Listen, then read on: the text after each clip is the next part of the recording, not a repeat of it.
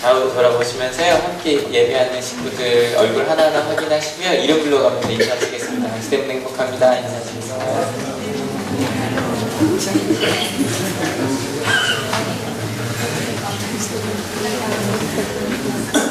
우리 하늘교회 성도님들 때문에 행복합니다. 오늘은 뭐 항상 성가대시 하는 좋지만 특별히 더 좀 사순절을 준비하면서 말씀을 준비해서 그런지 더 짠하고 감사했습니다. 박수 한번 더 쳐주시겠어요?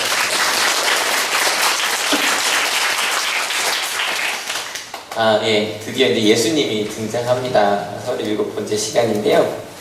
오랜만에 OX 퀴즈 한번 해보겠습니다. 모두 다 해서 7개의 문제고요. 한 몇 개 정도 맞추나 한번 이렇게 생각하면서 한번 가봤으면 좋겠어요. 사순절에 대한 아주 단순한 문제들입니다. 사순절은 부활절 전 40일 전에 시작한다. OX. 네, 마음속, 이거 할까요? 마음속으로만 할게요. 생각하셨죠? 네, 정답. 이거 많이 틀리셨죠? 예. 손으로만 이거 보여주세요, 이렇게. 두 번째, 사순절이 시작하는 날은 제 수요일이라고 부른다. 대답하고 계신 중이죠? 저한테 그렇게 보여주실래요? 예. 세 번째 문제, 사순절의 마지막 주는 고난주간이라고 부른다. 하셨죠? 예, 옵니다. 고난주간은 사순절의 마지막 주일부터 시작된다. X. 사순절의 마지막 주는 종료주일이라고 부른다. 예. 지금 다들 이렇게 굉장히 조용하게 저한테 이렇게 표시를 해주고 계신 중이에요. 여러분 모르시겠지만. 여러분, 예수님께서 십자가에서 돌아가신 날은 금요일이다. 예. 마지막입니다. 고난주간 중 목요일은 성찬 목요일이라고 부른다. 예. 몇 개 정도 맞추셨습니까? 빨리빨리 지나갔는데요. 아마 첫 번째 질문에서 오 하신 분들이 좀 계실 거예요. 근데 저희가 사순절 할 때마다 말씀드리거든요. 부활전 전 40일에서 빠지는 날이 있어요. 뭐가 빠지죠? 뭐가 빠지죠? 주일이 빠집니다. 왜냐면 주일은 항상 부활절이에요. 그래서 원래 사순절이라고 하면 원래 이런 이렇게 화려한 문양도 주면 안 돼요. 원래 기독교 전통에 의하면 이런 화려한 문양들 그냥 까맣게 덮어버리고, 심지어는 성가수석도 까맣게 덮어버립니다. 사순절 기간은. 하지만 주일절엔 주일을 다 치웁니다. 왜냐면 부활절이기 때문에. 그래서 주일이 6번 포함이 됩니다. 사순절 시작한 날은 제2수요일, 주로 예수님의 십자가와 고난을 묵상하는 절기이기 때문에 죄를 뿌린다는 게 회개를 의미하거든요. 그래서 사순절 시작할 때는 항상 회개하는 마음으로 시작하는 제2수요일이 시작이 되고요. 항상 그 제2수요일 전 일주일 동안이 카니발이 벌어집니다. 자주 말씀드렸죠? 이제 사순절이 되면 고기를 마음대로 못 먹으니 카니발, 고기 안녕이라는 뜻입니다. 마음껏 먹고 노는 게 이제 카니발이었습니다. 사순절의 마지막 주는 고난주간이라고 부르죠. 저기 뒤에도 패션 위크라고 써있는데, 이 패션이 그 열정적인이 아니라고 말씀드렸죠. 예수님의 순한 것이 패션이라고 말씀을 드렸었고요. 그 다음에 사순절의 마지막 주일부터 시작되는 게 아니라 월요일부터 시작됩니다. 왜냐하면 마지막 주는 종료주일이거든요. 다음 주 주일이 종료주일입니다. 예수님께서 예루살렘에 입성하신. 그리고 나서 돌아가신 날은 금요일이죠. 안식일 전날인데, 안식일이 금요일 전에도 토요일 오후까지예요. 그래서 이제 금요일 날 낮에 돌아가신 걸로 알고 있고요. 저희가 예수 순환일이라고 되어 있습니다. 다다음 주 금요일입니다. 고난주간 목요일은 성찬 목요일 혹은 세종 목요일. 왜냐면 금요일 날 돌아가셨으니까 그 전날인 마지막 최후의 만찬이 있었겠죠. 그래서 저희도 이 마지막 다다음 주에요. 이번 다음 주 목요일 날 저녁에 성찬 목요일로 모입니다. 제가 언젠가는 꼭 세종 목요일로 지켜보고 싶은데, 일단 시간상 저희가 세종 목요일까지 지킬 시간이 좀 부족해서 성찬 목요일로 지키게 됩니다. 어쨌건 실은 이 모든 절기의 중심에 누가 계세요? 예수님이 계십니다. 실은요, 이 예수님이 우리 신앙의 거의 전부라고 할 수 있습니다. 기독교인들이 하나님 나라 갈 때만이 아니라 지금 이 땅을 살 때도 모든 성경의 모든 내용도 그리고 신앙의 모든 내용이 바로 이 예수님과 연관되어 있습니다. 그렇다면 이제 사순절이 2주밖에 안 남았으니까 여러분 마음속에 좀 깊이 있게 물어봐야 됩니다. 요즘 새벽 기도 시간 이거 거의 매일 물어보거든요. 여러분에게 예수님은 누구이십니까?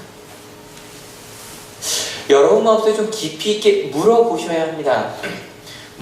저희가 예수님의 사람에 나온 이야기라서 자주 제가 인용하는 예화? 아니면 재밌는 얘기 중에 하나인데, 많은 기독교인들이 하나님의 나라에 가면 제일 먼저 할 말이 이거랍니다. 기억나시죠? 예수님 보자마자 처음 뵙겠습니다. 말씀 많이 들었습니다. 주일마다 목사님 말씀해 주시더라고요. 근데 절대로 이래서는 안 됩니다. 왜냐면 지금도 성경은 우리에게 예수님께서 우리와 함께 동행하고 계시다고 말씀해 주고 계시기 때문입니다. 믿으십니까? 여러분, 우리는 기독교라고 하죠. 기독의 뜻이 뭐예요? 기독. 그리스도. 이제 아시죠? 학생들한테 얘들아 기독의 뜻이 뭐니 물어보면 기도 제일 많이 나와요. 기도옥교인가요? 아니죠, 그죠? 그리스도라는 말을 중국어 성경에서 옮기다 보니까 그렇게 옮겨 썼거든요. 근데 중국어로 된 그 기독이라는 한자를 중국 사람이 읽으면 그리스도라고 읽는다고요. 그러니까 뭐냐면 우리가 기독교라고 부를 때 우리는 예수님을 우리의 그리스도로 고백하는 종교라는 뜻이에요. 그럼 뭘 믿는가? 첫 번째, 예수님께서 2000년 전에 이 땅에 내려오셨다는 거예요. 믿으십니까? 우리와 함께 대화하시고 말하시고 먹으시고 주무시고, 그리고 두 번째, 마지막에 어디서 돌아가셨다? 십자가에서 돌아가신 것이 우리를 위한 것이었다. 근데 십자가에 죽으신 끝이었다? 아니죠? 3일 뒤에 부활하셨다. 그래서 그 주님 지금 우리와 함께 하신다 라는 것, 이게 지금 뭐냐면 바로 우리가 좀 전에 고백했던 사도신경 신앙 고백이죠. 신앙 고백을 보면 세 가지로 돼 있어요. 제가 그 녹색으로 돼 있는 부분, 하나님 아버지를 내가 믿사오며 라고 돼 있는데, 이제 영어로 보면 그렇게 되어 있어요. I believe in God. 난 하나님 믿습니다. 하나님 어떤 하나님 뒤에 나오고, 두 번째가 believe in Jesus Christ. 예수 그리스도를 믿습니다. 근데 예수 그리스도 어떤 그리스도 쭉 나오고요. 그리고 나서 마지막에 I believe in Holy Spirit 이렇게 나오는데, 제일 긴 부분이 뭐예요? 첫 번째, 두 번째, 세 번째 중에 두 번째예요. 예수님이 이 땅에 오셨고 사셨고 그리고 죽으셨고 부활하셨다. 근데 부활하신 것이 끝이 아니라 마지막에 보니까 어떻게 되신데 나중에 다시 오신다. 이것이 바로 예수님을 믿는 사람들이 항상 마음속에 매일같이 사도신경으로 고백하는 우리의 고백이에요. 근데 여러분, 이 예수라는 이름, 우리나라에 지금 예수라는 이름은 없겠죠. 그죠? 근데 지금도 이 중동 지역에는 유대인들만이 아니라 이 아랍 사람들한테도 이 예수라는 이름은 굉장히 흔한 이름이랍니다. 아주 자주 쓰이는. 왜냐면 아주 유명하고 또 좋은 이름이라서, 예수님, 하나님께서 우리를 구원하신다는 이름이라서. 근데 그 수많은 이름 중에 2000년 전에 사셨던 나사렛 출신의 예수님이 우리의 그리스도시다라는 바로 그 고백. 여러분, 그 고백에 가슴이 떨리는 우리 한올교회 성도님들이 되시길 축원합니다. 여러분 마음속에 아직 예수는 그리스도시다라는 고백이 여러분 마음에 떨림이 없다면 더 물어보셔야 돼요. 주님, 정말 예수님이 나의 그리스도이십니까? 라고요. 여러분, 신약의 시작이 마태복음으로 시작하죠. 마태복음 신약은 이렇게 시작됩니다. 같이 읽어볼게요. 아브라함의 자손이요 다윗의 자손인 예수 그리스도의 계보는 이러하다. 그리고 나서 이제 예수님의 쭉 이제 계보가 15절까지 나와요. 그리고 16절에 이렇게 마칩니다. 같이 읽어볼게요. 야곱은 마리아의 남편 요셉을 낳았다. 마리아에게서 그리스도라고 하는 예수가 태어나셨다. 시작과 끝에 강조하는 게 바로 뭐예요? 예수가 그리스도시라는 거예요. 그럼 두 번째도 물어봐야겠죠? 그리스도가 뭐냐는 거예요. 여러분, 그리스도가 뭐예요? 이제 헬라어로 크리스토스라고 되어 있는데, 이제 왜 크리스토스인데 그리스도라고 부르냐라고 물어보신다면, 헬라어는요 격에 따라 끝이 바뀌어요. 그래서 크리스토스, 크리스투 뭐 이렇게 바뀌어요. 그래서 앞반다면 그리스도가 딱 이제 어근이 딱 되는데, 이걸 보통 헬라 말이라 그래요. 이제 헬라 말이라고 왜 부르는지 아시죠? 이 어느 나라 말입니까? 헬레니즘, 그리스 말이에요. 그래서 그 헬레니즘 얘기 한참 했었으니까 알렉산드로스로부터 시작된 그 나라 말. 그러면 왜 성경이 이 그리스 말로 쓰여졌을까요? 헬라 말로? 역사 시간이 되네요. 그죠? 왜 그랬을까요? 그 알렉산드로스가 점령하고 난 다음에 그 넓은 지역의 공용어가 뭐였을까요? 헬라어였어요. 그래서 심지어 나중에 이제 로마 말이 라틴어가 이제 공용어가 되긴 하지만 꽤 한동안, 그러니까 로마가 전 세계를 지배하고 난 다음에도 그리스 말이 우리나라 지금 요즘 보면 영어처럼 통용되는 말이었어요. 그러면 이 그리스 말로 헬라어로 그리스도라는 뜻은 바로 이거랍니다. 같이 읽어볼게요. 준비 시작. 근데 기름을 부음을 받은 사람? 그 당시에는 그냥 기름 부음이 이제 머리에 이제 향유를 뿌린다고 하는데 기름 부음을 받는다고 얘기했을 때 보통 세 종류의 직분을 가진 사람들이 기름 부음을 받았답니다. 그 중에 가장 대표적인 게 왕과 제사장, 하나 더 하면 선지자를 이야기를 하는데 왕에게 너에게 네가 이제 왕권을 얻는다라고 할 때 기름을 부었습니다. 그래서 그리스도라고 부를 때는 우리의 왕이시며 우리의 제사장이라는 의미가 있다라고 아마 한두 번쯤 성경 공부나 배워보신 적이 있으실 거예요. 근데 이 똑같은 이 그리스도라는 말을 혹시 히브리어로는 뭐라고 하시는지 아세요? 아까 저희가 불렀던 찬양 속에 있었는데, 찬송가 속에 그리스도라는 말을 똑같이 그 구약에 있는 언어로 아시죠? 세 자입니다. 세 자. 메로 시작합니다. 메시아, 예, 감사합니다. 아시죠? 그래서 메시아라고 헨델의 메시아라고 할 때 바로 그 메시아가 이 그리스도라는 뜻입니다. 그렇다면 이 그리스도라는 건 그들에겐 어떤 의미가 있었을까? 우리에겐 어떤 의미가 있을까? 저희는 너무 흔하게 예수는 그리스도십니다. 예수 그리스도 얘기하잖아요. 어떤 사람이 이걸 오해해서 물어보요 저한테. 목사님, 예수 그리스도 그럼 예수님의 성은 뭐예요? 묻더라고요. 보통 이제 성, first name, family name 이렇게 나오는 것처럼 그런 게 아니라 그리스도라는 말을 그 당시 사람들에게는 저희가 꽤 오래 이야기했던 것처럼 이미 나라를 오랫동안 잃어버렸었기 때문에 그들의 왕이 되실 분, 이미 아시리아, 바벨로니아, 페르시아, 헬라 제국 그리고 로마의 지배를 받으면서 하나님은 우리를 이대로 내버려 두시지 않을 거야. 그래서 우리를 구원하실 분이 오는데 그분이 바로 누구다? 그리스도다. 그래서 그냥 그리스도라고 하면 그들의 구원자라고 하는 뜻이 그 가운데 있었어요. 그래서 이 그리스도 신앙을 가지고 있는 사람들은 어떻게 살았냐면 저희가 지난주 2주 동안 나눈 이야기인데요. 그리스도께서 오시면 그리스도에 합당한 사람이 되어야 되잖아요. 그래서 그 사람들이 율법을 지키면서 살았어요. 하나님께서 다시 이 땅에 오셨을 때 버림받지 않기 위하여. 그래서 마카비 혁명 이야기하면서 바리새파의 전신 하시딥니다 막 이런 얘기 말씀드렸었는데 그렇게 그리스도에게 합당한 사람들이 되기 위하여 하시딤이라고 불리던 사람들은 정말 말씀을 지키기 위해 목숨을 걸던 사람들이 예수님 시대에까지 이어져서 바리새파가 됐어요. 여기까지 예수님이 태어나시던 시대의 분위기를 제가 잠깐 말씀드리는데 조금만 더 이야기를 하도록 할게요. 제가 정말 오늘까지라고 말씀을 드릴게요. 제가 그 헬레니즘 이야기할 때부터 조금만 이런 나라 이야기가 나오면 갑자기 눈빛을 풀어버리시는 분들이 좀 계세요. 근데 조금만 더 집중해주세요. 왜냐면 이 이야기를 하지 못하면 그 뒷이야기가 굉장히 좀 공허해져요.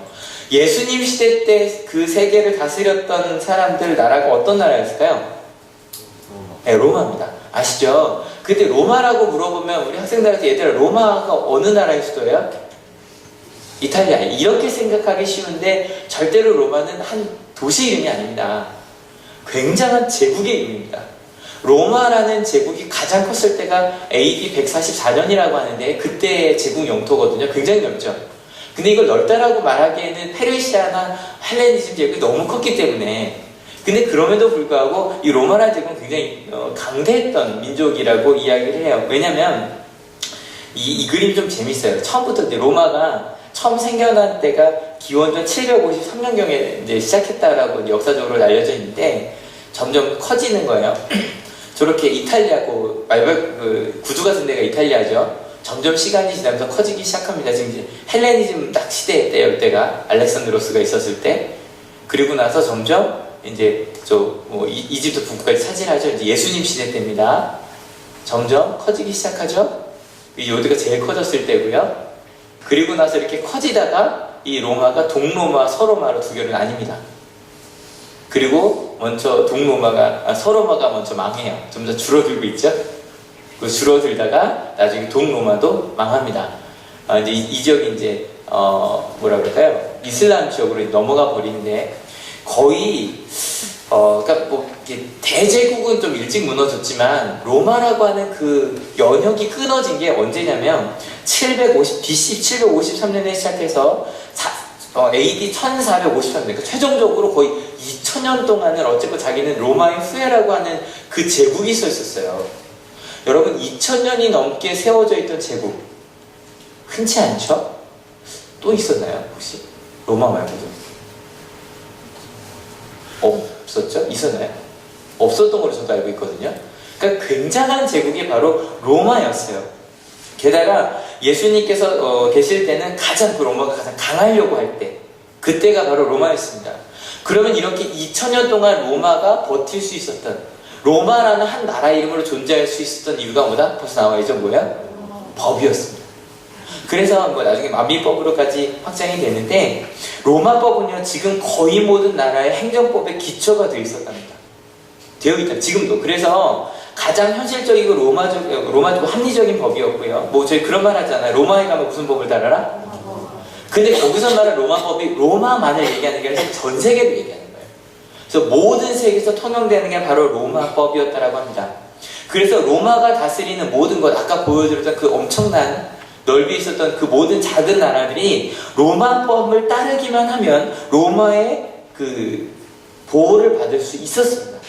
근데 거기에 로마법을 따르지 않는 몇 나라가 있었어요. 가장 대표적인 나라 중에 하나가 뭐냐면, 이 그림을 혹시 아는 분들이 계신지 모르겠는데, 여기 이제 갈리아 지역이거든요. 딱 그 게르만 쪽에 있는, 독일이 딱 그쪽인데, 혹시 이 만화 아시는 분 계세요? 아마 30대 이상은 아시지 않을까 생각을 하는데, 아스테릭스라고 하는, 아시죠? 이게 왜 그랬냐면, 이 갈리아 지방에 있었던 사람들이 끝까지, 그것도 줄리어스 시저 있잖아요. 가장 강했다고 생각했던 그 줄리어스 시저, 이제 케사르죠. 그 사람이 정복하지 못했던 땅 중에 하나가 바로 이 갈리아 지역이었어요. 그러니까 사람들이 생각하는 거죠. 어떻게 그렇게 작은 민족들이 싸워서 그것도 시저와 싸워서 이길 수 있는가? 라고 했을 때, 그래서 나오는 게 이제 저 지역에 마법 물약이 있었다. 그래서 마법 물약을 먹으면 갑자기 힘이 세져 싸워서 이겼다라고 하는 게 만화의 내용인데, 거기 오른쪽에 보면 계속 뚱뚱한 사람이 하나 있죠. 그 사람은 약을 안 먹어도 힘이 세요. 왜 그런지 아세요? 어릴 때 그 약에 빠졌었어요. 그래서 이 사람은 이제 그런 이야기. 그러니까 그럴 정도로 로마는 강대한 나라였어요. 근데 이 갈리아 지방인데, 이 켈트족 말고도 끝까지 로마와 싸웠던 사람들이 있었습니다. 어디였을까요? 어디였을까요? 성경에 나온 사람들. 바로 유대인들이었어요. 이 유대인들이 지금 마지막까지도 그러니까 그 로마 역사를 보면 이 유대인이란 말이 굉장히 많이 나오는데요. 항상 문제를 일으키고 있던 사람들, 이런 사람들이었던 거예요. 근데 이상한 건 로마법을 지키기만 하면 되기 때문에 일단 딱 들어가면 하는 게 뭐냐면, 그 사람들 인정을 해줘요. 로마 사람들도 인정을 해서 총독을 파견을 합니다. 우리나라에 조선 총독부가 있었던 것처럼 총독을 파견해서 로마의 총독이 다스리게 하는 게 로마의 기본적인 거였는데, 저희가 나중에 이제 빌라도 얘기 좀 다음 주에 하도록 하고요. 예수님께서 태어나셨을 땐 총독이 아니라 누가 있었어요? 왕이 있었어요. 바로 헤롯 대왕이 있었는데, 이 헤롯 대왕은 총독이 없는 즉 혼자 있었어요. 그 이유가 왜 그랬냐면, 요걸 좀 아셔야 그 다음에 이해가 돼요. 헤롯 대왕의 아버지가 자꾸 역사 얘기가 납니다. 안티파터라는 사람이 있는데, 이 안티파터라는 사람은 실은 저희가 하스몬 왕조, 마카비 왕조 이야기를 했었는데, 그때부터 남아있던 사람이었어요. 근데 이 사람이 나중에 딱 보니까 로마가 세지는 거예요. 어떻게 할까 고민을 하다가 이 사람이 생각한 거죠. 내가 자기가 섬기던 왕이 죽었는데, 유대의 왕이 죽었는데 손자들끼리 싸우고 있는 거예요. 근데 로마가 너무 세니까, 야, 이거 안 되겠다. 계속 우리나라를 유지하려면 나라를 넘겨주는 게 낫겠다. 그래서 폼페이우스라고 하는, 폼페이 들어보셨죠? 폼페이우스라고 하는 그 로마의 장수한테 유대를 넘겨버립니다. 그러면서도 그 협상을 본 게 뭐냐면, 유대인들은 절대로 로마식으로 다스리면 안 됩니다. 그래서 이 안티파터의 아들인 헤롯 대왕이 왕이 됩니다. 근데 재밌는 건 이 헤롯 대왕도요, 정치력이 대단한 사람이에요. 이게 역사를 알면 되게 재밌는데 좀 지나갈게요. 그 로마가 황제가 있기 전에 삼두정치라는 게 있는데, 이 헤롯 대왕이 어떤 식이냐면, 머리가 셋이잖아요. 3명한테 다 돈을 보냅니다. 그러다가 두 번째 삼두정치 있을 때 로마의 첫 번째 황제 이름 혹시 아세요? 네, 옥타비누스, 이제 아시죠? 이제 그 사람이 황제가 되기 전에 또 이제 세 번 또 삼두정치가 한 번 더 있었는데, 그때도 둘한테 다 보내요. 셋한테. 돈을 막 다 보내다가 이제 한 명이 먼저 죽고 두 명한테 막 보냅니다. 보내다가 마지막 해전이 있기 전에 한 사람한테 돈을 딱 빼요. 왜냐면 보니까 이 사람이 이길 것 같거든요. 그래서 한 사람을 딱 지지하고 돈을 딱 빼고 마지막 결국 그 사람이 뭐 악팀 회전이라는 데서 승리합니다. 그 사람이 바로 그 유명한 카이사르 아우구스투스입니다. 근데 이건 사람이라기보다는 카이사르, 이제 시저라고 하죠. 이 사람이 양아버지였던 줄리어스 시저라고 하는 그 사람의 이름인데 그게 나중에 황제라는 뜻이 됐어요. 아우구스트는 존귀한 자라는 뜻입니다. 황제 중에 아주 존귀한 자가 되었다. 근데 그래서 이 헤롯 대왕이 마지막으로 그 안티우스하고 이제 그 해전을 벌이기 전에 이 카이사르 아우구스투스한테 지원을 했었기 때문에 아주 전적인 신임을 얻습니다. 그래서 모든 데 총독이 섰는데 이 헤롯 대왕이 있었던 유대 지역만 왕이 있었던 거예요. 이해가 되시죠? 바로 그때였습니다. 누가복음 2장 1절입니다. 같이 읽어볼게요.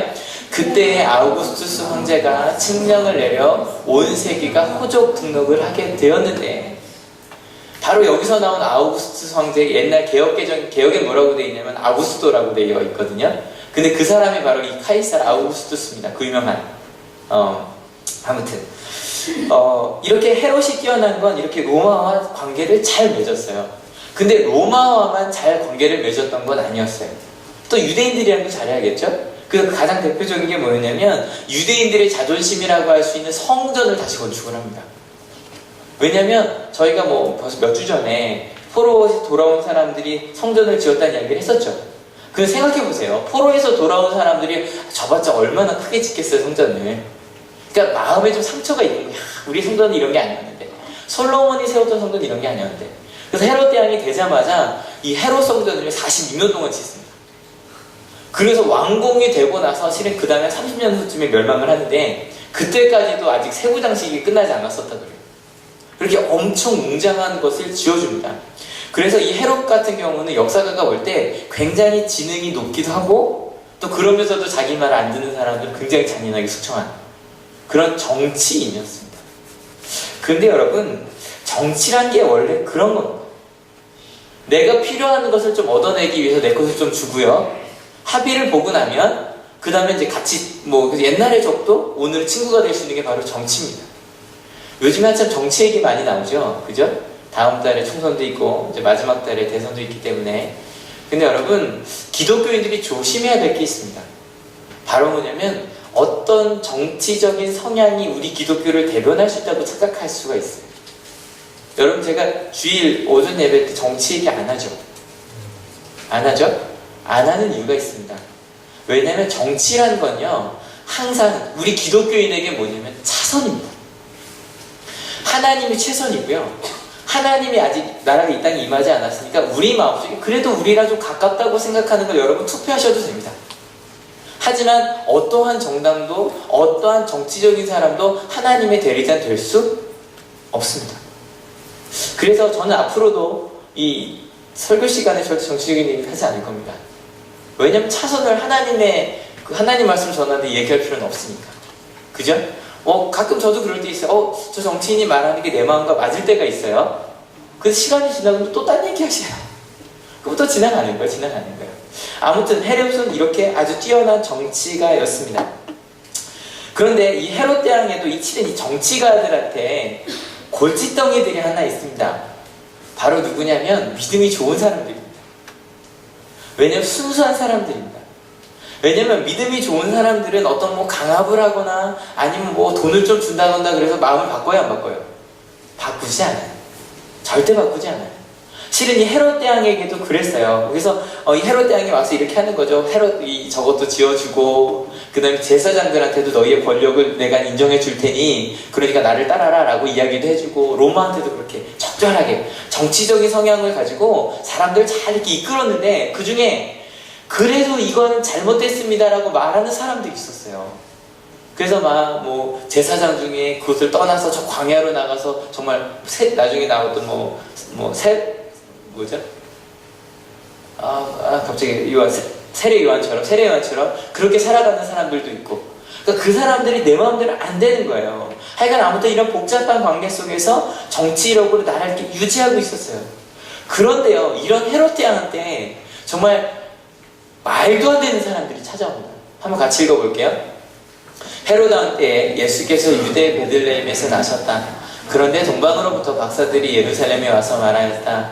유대인의 왕으로 나시니가 어디에 계십니까? 우리가 동방에서 그의 별을 보고 그에게 경배하러 왔습니다. 아니 그렇게 막 이렇게 사람들을 잘 다스리고 있는데 갑자기 저 동방으로부터 박사들이 왔대요. 바로 누구들이냐, 뭐 페르시아, 바벨로니아에 있던 사람들인데요. 여러분 한번 얘기해 주세요. 유럽 쪽이 더 발달한 문명을 갖고 있었을까요? 중동 아시아 쪽이 더 발달한 문명을 가지고 있었을까요? 유럽이에요, 아시아요? 네, 우리 역사 선생님이 대답하시니까 유럽 말할 이렇게 다들 계신데 유럽이요. 아시아입니다. 중세 시대까지요. 실은 유럽은 그러니까 원래 4대 문명 중에 대부분이 아시아에 있죠. 그죠? 2개가 아시아에 있고요. 그리고 유럽 문명은 아시아의 문명에 비하면 굉장히 미개하다고 할 정도의 문명이었습니다. 중세 시대만 해도 뭐 천문학 이런 것만이 아니라 과학, 수학도요. 이슬람 쪽이 훨씬 발달되어 있었습니다. 그래서 그쪽이라 그러면 훨씬 지혜 있는 사람들의 생각을 가지고 있었거든요. 그래서 아라비아 숫자 중에 0이 있죠, 0. 그것도 다 그 동양의 뭐랄까 발명품입니다. 0이라는 숫자 자체도. 그것도 한 700년대쯤에 발명이 됐거든요. 그러니까 대단한. 그쪽에서 지혜자들이 내려와서 한 얘기가 뭐냐면 유대인의 왕이 어딨냐는 거예요. 게다가 이 동방 쪽에 있는 그 바벨로니아 지역에는 우리가 계속 얘기했던 다니엘 이런 사람들이 남아있었거든요. 그러니까 유대인의 굉장히 큰 문화 공동체가 남아있었고 그 사람들 때문에 그 예언서들을 다 가지고 있었던 거예요. 그 사람이 태어났다는 거예요. 왕이, 메시아가, 구원자가. 그러니까 그 반응입니다. 같이 읽어볼게요. 헤롯 왕은 이 말을 듣고 당황하였고 온 예루살렘 사람들도 그와 함께 당황하였다. 생각해보세요. 헤롯 왕이 당황한 건 이해가 되시죠? 그죠? 겨우겨우 정치력으로 사람들이 이렇게 딱 이렇게 평준화시켜놓고 딱 평화를 이뤄놨는데 갑자기 유대인의 왕이 나타났다는 거예요. 그러면 분명히 뭐 힘의 균형이 깨지겠죠? 그리고 심지어는 자기 자리를 뭐 가져가려고 하겠죠? 그런 것 때문에 당황했어요. 근데 제가 이상한 건 그 밑에 한번 같이 읽어볼게요. 준비 시작. 온 예루살렘 사람들도 그와 함께 당황하였다. 여러분 생각해보세요. 이 유대인들이 벌써 1000년간, 짧게는 500년간 기다리던 메시아가, 그리스도가 이 땅에 오셨대요. 그러면 기뻐해야 돼요? 당황해야 돼요? 기뻐해야 돼요. 근데요, 유대 사람들이, 그것도 그냥 유대 사람들도 아니고, 예루살렘 사람들도 아니고, 온 예루살렘 사람들이 당황했대요. 왜 당황한 걸까요? 왜 당황한 걸까요? 여러분 생각해보세요. 내가 그렇게 기다리던 분이 오셨대요. 근데 그들이 왜 당황한 걸까요? 왜 말이 꼬이죠? 당황한 걸까요? 왜? 여러분 이렇게 여쭤보면 쉬워요. 제가 자주 쓰는 예 중에 하나인데 여러분 조금 있다가 저희가 이 문을 열고 나가면 예수님이 문 밖에 계십니다.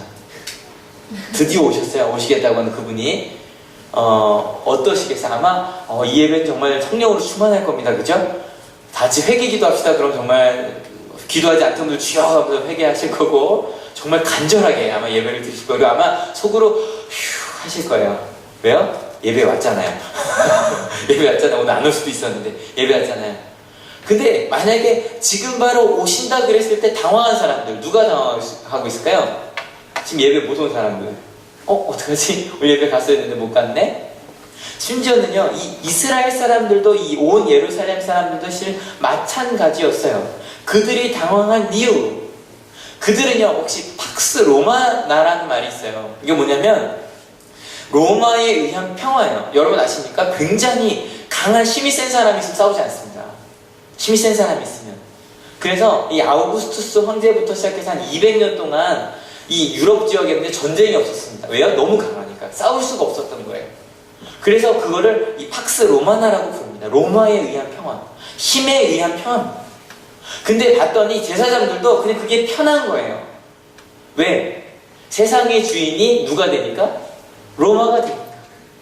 유대인들, 온 예루살렘에 있던 사람들마저 세상의 주인이 로마라고 인정하고 있었던 거예요. 그러니까 그냥 이대로 살다 보면 나중에 어떻게 되겠지라고 하고 있는데 갑자기 그 가운데 예수님께서 이 땅에 메시아께서 다시 오신다는 거예요. 큰일 난 거죠.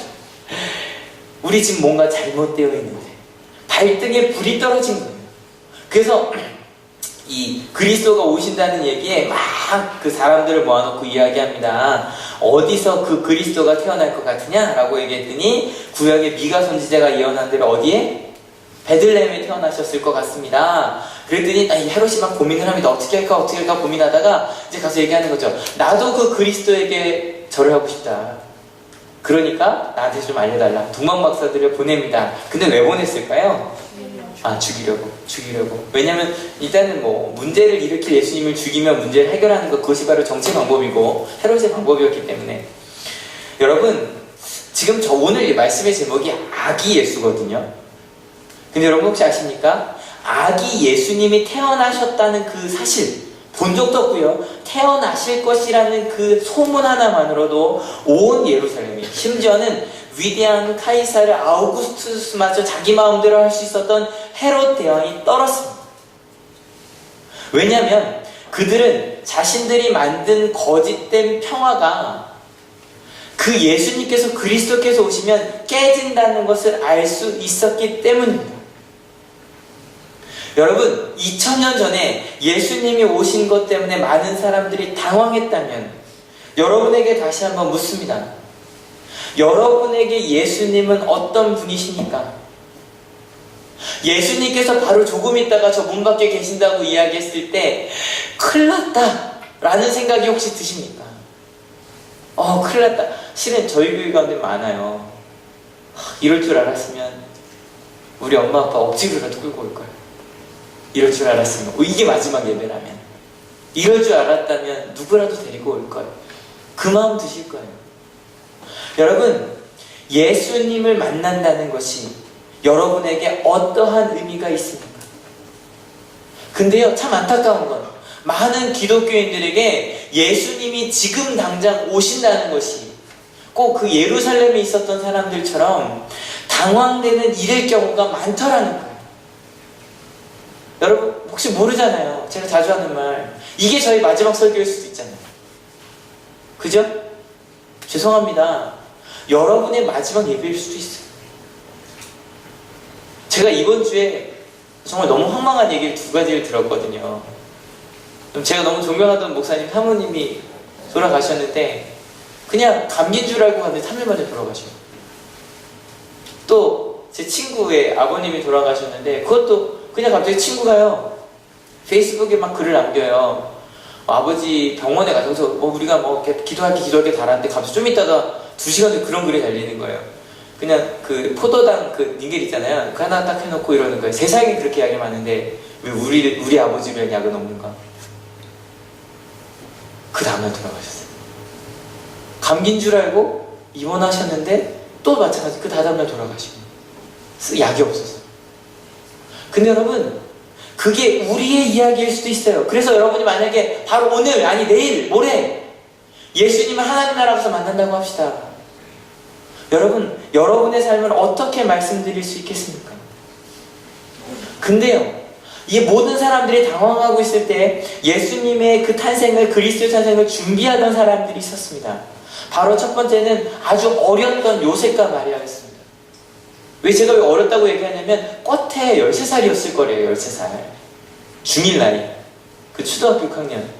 중1 나이에 어린 요셉과 마리아한테 갑자기 천사들이 나타나서 이야기합니다. 네 가운데 성령께서 아이를 하나 주셨다. 그 아이를 받아들여라.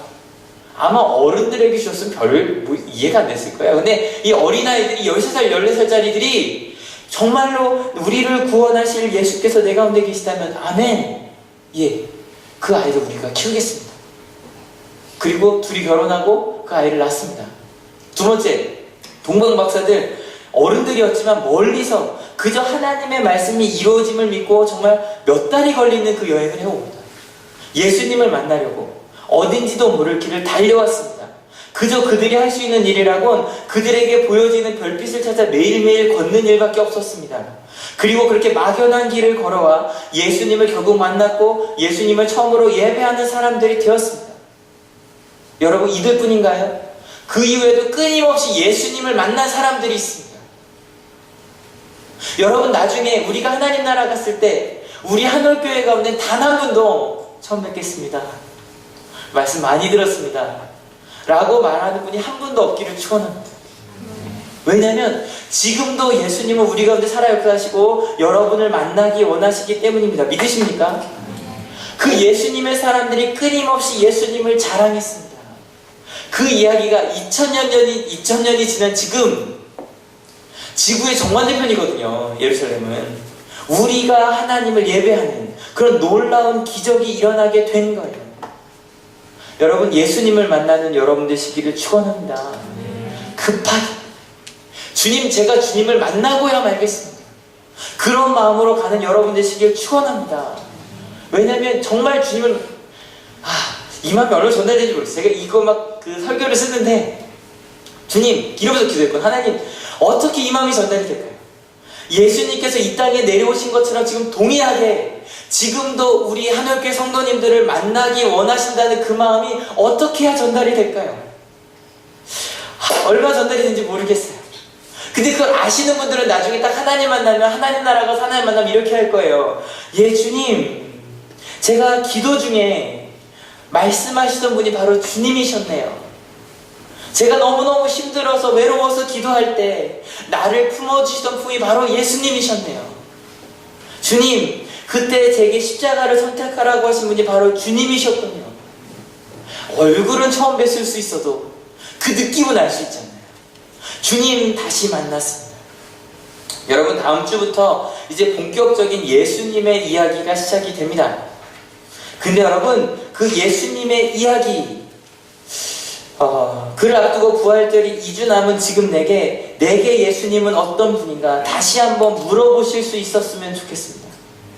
여러분, 어떤 이에겐 예수님은 헤롯 왕처럼 지금까지 자기가 노력해온 것을 빼앗을 분으로 느껴집니다. 어떤 분들은 그러고 예수님 믿는이라 그러면 목사님 담배 끊는 게 힘들어서요. 목사님 술 끊는 게 힘들어서요. 이런 것도 많아요. 주일날 일어나는 게 힘들어요. 습관을 버리기 힘들어서. 헤롯 왕이 느끼는 거예요. 뭔가 내가 지금까지 해왔던 걸 버리라고 여길 것 같은, 내 것을 뭔가 빼앗을 뿐처럼 여깁니다. 어떤 이들에게 예수님은 예루살렘의 신앙인들처럼 적당히 신앙생활에 오던 것, 적당히 타협하며 신앙생활에 오던 것 때문에 예수님이 좀 껄끄러운 그런 분들이 있습니다. 그래서 갈등하게 됩니다.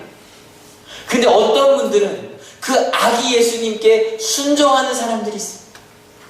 어떤 이야기든. 근데 여러분, 세상의 역사는, 기독교의 역사는 그 예수님께 순종하는 사람들 통해 이루어졌습니다. 믿으십니까? 여러분, 근데 더 신기한 건 뭔지 아세요? 아기 예수님은 그 세 사람들을 다 찾아가셨다는 거예요. 나중에 헤롯 대왕은 이제 죽고 나서 그 다음 아들들을 만나지만, 헤롯 대왕의 아들들도 만나고요, 총독들도 만나고요, 예루살렘에 있는 그 사람들도 만나셨고요, 준비하는 사람들도 만나셨다는 거예요. 근데 문제는 수많은 사람들을 만나셨지만 그 중에 예수님을 만나고 고백하고 그들의 삶을 바꾼 사람은 많지 않았다는 거예요. 여러분, 우리 한올교회는 모두 그 12제자처럼 예수님을 만나 우리의 삶을 하나님 기준으로 바꾸는 자들이 다 되시기를 축원합니다. 이 땅에 태어나실 때 온 이스라엘을 당황하게 하셨던 예수님은 지금도 우리를 당황하게 하고 계십니다. 왠지 아세요? 세상과 다른 길을 가라고 말씀해 주시기 때문입니다. 혹시 말씀을 읽다가 큐티를 하시다가 혹은 기도를 하시다가 주님, 전 그럴 수 없어요. 주님, 저는 그 사람까지 사랑할 수 없어요. 주님, 그건 아니잖아요. 어떻게 제가 그런 일을 해요? 라는 생각이 드신다면 여러분, 옳은 길로 가시는 겁니다. 그 길에 아멘하고 순종할 수 있는 여러분이 되시기를 축원합니다. 여러분, 지난주엔 예수님의 탄생을 준비하기 위해 온 세례자 요한에게 주신 말씀, 죄사함을 통해 얻는 회개에 대해서 말씀을 드렸었습니다. 여러분, 우리는 부족해도 사랑받을 수 있습니다. 믿으십니까? 지난주에 말씀드렸죠? 많은 사람들은 죄사함이 아니라 죄값을 치름으로 뭔가 용서하려고 합니다. 하지만 하나님은 그렇지 않으십니다. 우린 연약해도 강해질 수 있습니다. 믿으십니까? 우리는 죄인이어도 용서받을 수 있습니다. 믿으십니까? 그 다음 단계입니다. 바로 뭐냐면 예수님이 우리의 그리스도가 되기를 원하신다는 겁니다. 믿으십니까? 여러분, 그를 위해서 다시 한번 끊임없이 반복합니다. 세상의 틀과 방법을 내려놓아야 됩니다. 세상의 틀과 방법을 가지고 있는 한 예수님의 복음은 당황되는 것이 될 수밖에 없습니다. 그러나 여러분, 예수님과 동행하기 시작하시면, 세상의 삶의 방법과 틀을 내려놓으시면 한 번도 경험해보지 못했던 예수 그리스도의 평화가 여러분 가운데 있게 될 겁니다. 믿으십니까? 여러분, 그걸 누리며 살아갑시다. 제가 마지막으로 한 분을 소개하며 마치려고 하는데요. 팀 티보라입니다. 아시는 분도 혹시 계실지 모르겠어요. 미식축구라고 미국에서 아주 유명한 그 스포츠죠.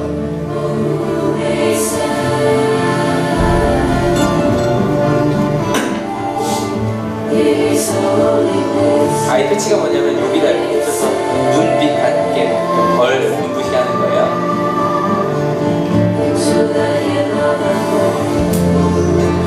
저 뭐 같으세요? 써있는 게? 영어가 써있고 숫자가 써있지 한쪽에. 뭐예요? 성경 구절이에요.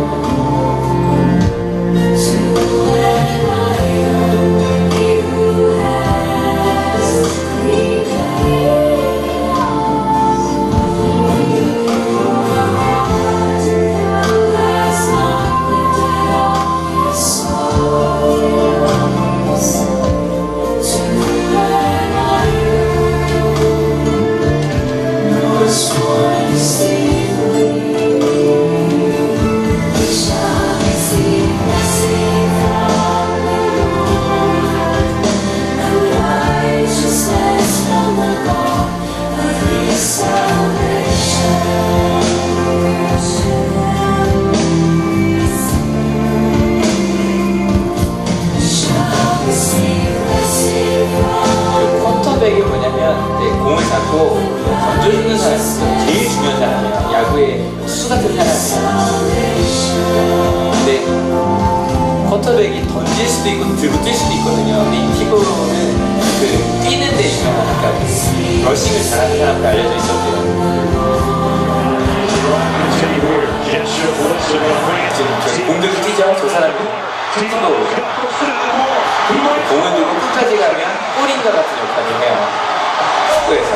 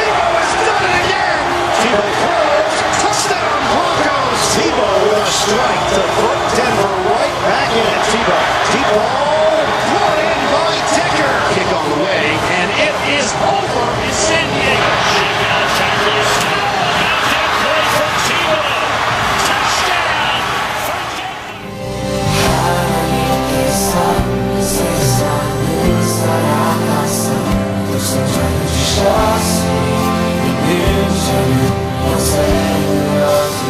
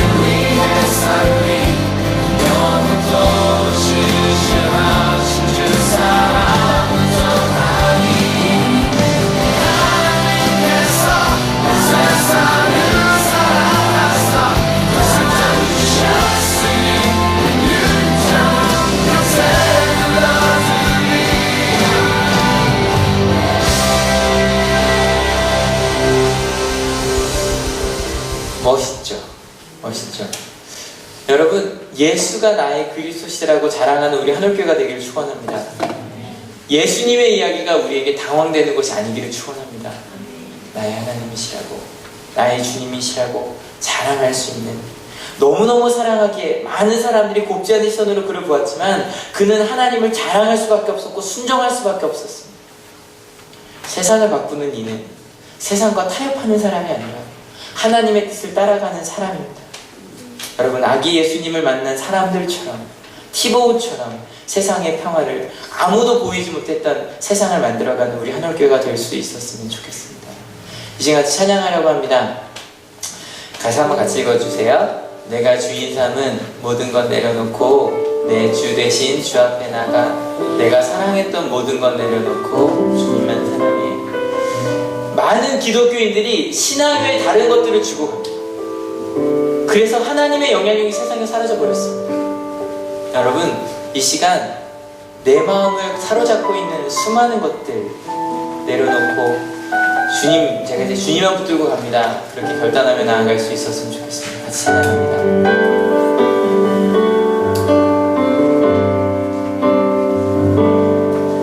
내가 주인 삼은 모든 것 내려놓고 내 주 대신 주 앞에 나가, 내가 사랑했던 모든 것 내려놓고 주님만 사랑해.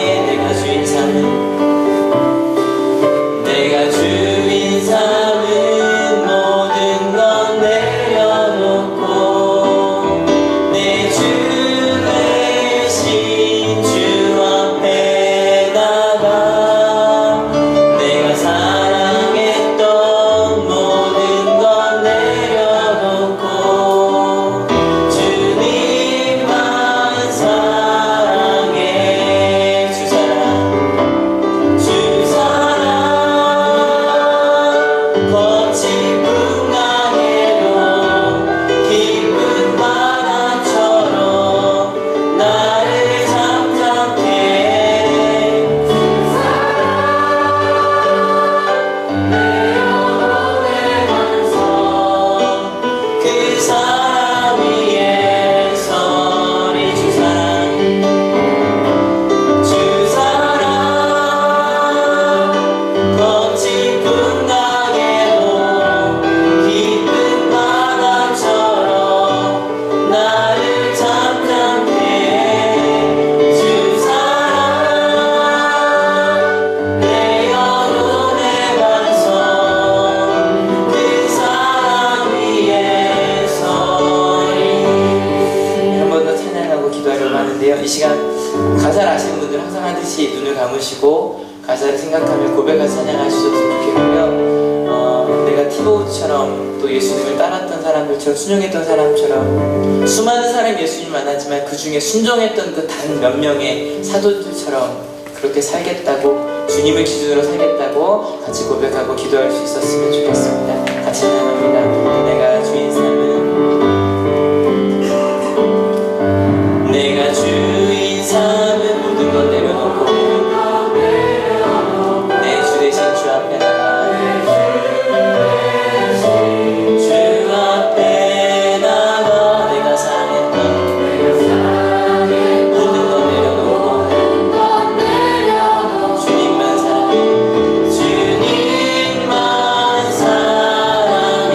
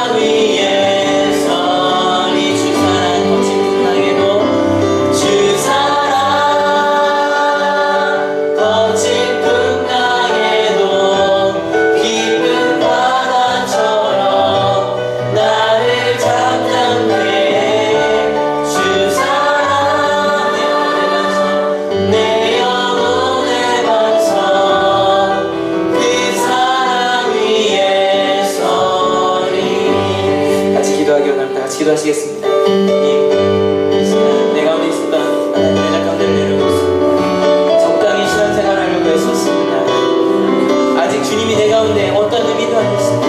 그저 교회에서 보면 것이 하나님의 필요했습니다. 근데 주님은 정말 나를 만나기 원해서 이 자리에 오셨습니다. 나를 정말 만나고 싶어 하시고 나를 통해 일하고 싶어 하십니다. 티모에게 일하셨던 것처럼 우리를 통해 자신을 자랑받기 원하십니다.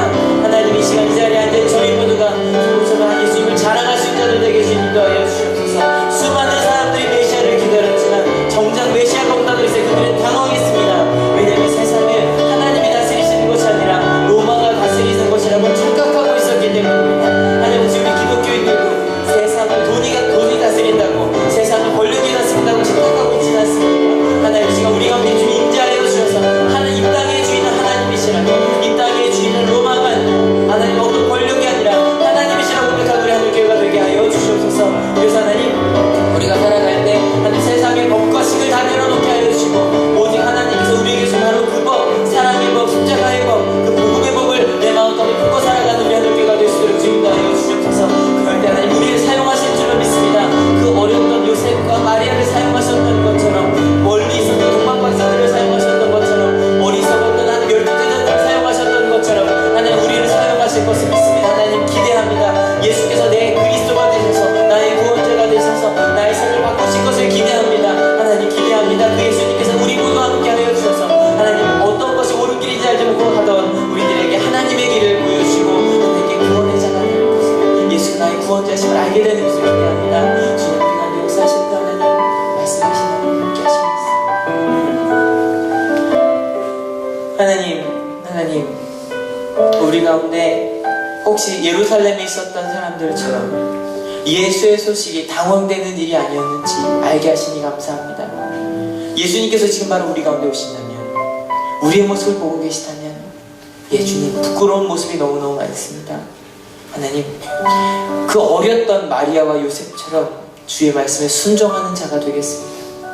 아무리 먼 곳이라도 떠나갔던 동방박사들처럼 하나님 그렇게 살겠습니다.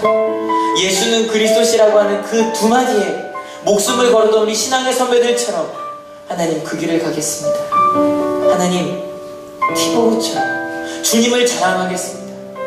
세상에 주님을 자랑하기 위하여 공부하겠습니다.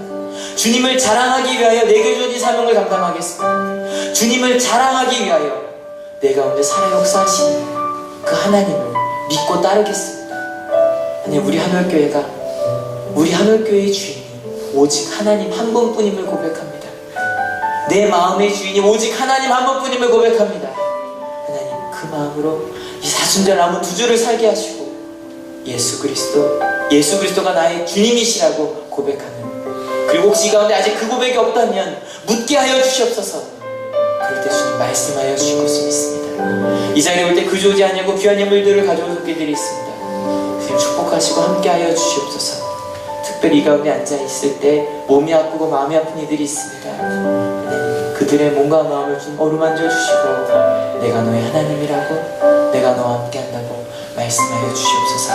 감사합니다. 예수 그리스도의 이름으로 기도했습니다. 아멘.